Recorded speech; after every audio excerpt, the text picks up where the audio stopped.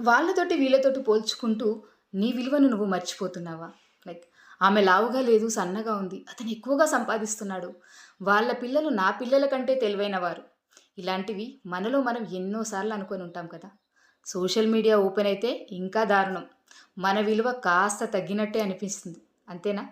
ఇది చిన్న విషయం కాదు. ఇది మన సెల్ఫ్ వర్త్‌ని నెమ్మదిగా నాశనం చేస్తున్నటువంటి ఒక మానసిక వ్యాధి. దీని ఎమోషనల్ డెప్త్‌లో చూస్తే మన జీవితంలో ప్రతి దాని వల్ల పోలికొస్తుంది. పేరెంట్స్ చూస్తే పక్కింటి వాడిని చూడు ఎంత బాగా చదువుతున్నాడో. ఫ్రెండ్స్ చూస్తే ఆమెకు బాయ్ ఫ్రెండ్ ఉన్నాడు. ఆయనకి గర్ల్ ఫ్రెండ్ ఉంది. నువ్వు ఒంటరిగా ఉన్నావు. నేను ఒంటరిగా ఉన్నాను. ఇవన్నీ మన జీవితాన్ని ఎగ్జామ్ లాగా మార్చేస్తాయి. ఒక టెన్షన్‌ని క్రియేట్ చేస్తాయి. ఇదంతా కూడా ఒక కంపారిజన్ అనేటువంటి ఒక ట్రాప్. ఒక్కసారి అందులో పడ్డామా మన ఉనికే సందేహాస్పదం అవుతుంది. మనం దీన్ని గుర్తించకుండానే ఇది మన జీవితంలో ఎలా జరుగుతుందంటే, మనం సాధించినటువంటి అకంప్లిష్‌మెంట్స్ అంటే సాధించినటువంటి విజయాలు చాలా చిన్నవిగా అనిపించడం, ఇతరుల వాలిడేషన్ కోసం బతకడం, నేను సరిపోను అనేటువంటి భావన పెరగడం. ఎక్కువగా దీనివల్ల యాంగ్జైటీ, డిప్రెషన్స్‌కి గురవ్వడం. మన వర్త్ ఎప్పుడైనా గుర్తుంచుకోండి. వాళ్ళ పొజిషన్‌తో పోలిస్తే మన స్టోరీని వాళ్ళ చాప్టర్‌తో కంపేర్ చేస్తున్నట్టు అవుతుంది. ఇదేం బావుంటది చెప్పండి? దీంట్లో మరి సైకలాజికల్ ఇన్సైట్ ఏంటంటే, సైకలాజికల్‌లో దీన్ని అప్‌వర్డ్ సోషల్ కంపారిజన్ అంటారు. అంటే ఇది మనకన్నా గొప్పగా ఉన్న వాళ్ళను అంటే నువ్వనుకుంటావు. వాళ్ళని చూసి మనను తక్కువగా భావించడాన్ని సూచిస్తుంది.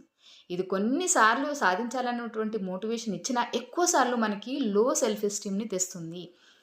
మన మెదడు ఏంటంటే డోపమైన్ కోసం ఒకసారి స్ట్రగుల్ అవుతుంది. అంటే వాళ్ళ ఇన్‌స్టా పిక్స్, వాళ్ళ సక్సెస్ రీల్స్ చూసి మనం కూడా అంతే కావాలనుకుంటాం. కానీ మన యొక్క యూనిక్ జర్నీని మర్చిపోతాం. అక్కడ ప్రాబ్లమ్ స్టార్ట్ అవుతుంది. మరి దీనికి సొల్యూషన్ లేదా అంటే ఫస్ట్‌ది సెల్ఫ్ అవేర్‌నెస్. అంటే ప్రతిసారి కంపారిజన్ చేసినప్పుడు ఆ భావనని అబ్జర్వ్ చేయండి. నమ్మకంగా ఉండి ప్రశ్నించండి. ఇది నిజంగా అవసరమా? నాకంటూ నేను నా ఓన్‌గా నెగ్గగలనా అనేది. Number 2 gratitude practice.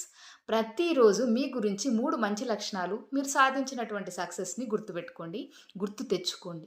Number 3 limit social media. మీ సంతృప్తిని కాకుండా మీ ఇన్‌సెక్యూరిటీస్‌ని, మీ అసంతృప్తిని ట్రిగ్గర్ చేసేటువంటి ప్లాట్‌ఫామ్‌ల నుంచి దూరంగా ఉండగలగడం. Celebrate individuality. అంటే మీ యొక్క ఇండివిడ్యువాలిటీని సెలబ్రేట్ చేసుకోండి. మీరొక్కరే ఆల్‌వేస్ గుర్తుంచుకోండి. మీ స్టోరీ కూడా ఒకటే. మీ స్పీడ్, మీ స్ట్రగుల్స్ ఇవే ఈ యొక్క నిజమైనటువంటి గొప్పతనం. మీ విలువ ఇతరుల విజయాల మీద ఆధారపడి ఎప్పుడూ ఉండకూడదు. మీ ప్రయాణం ఆల్‌వేస్ ప్రత్యేకం. సో, వాళ్ళు ఉన్న చోట మీరుండాల్సినటువంటి అవసరం లేదు.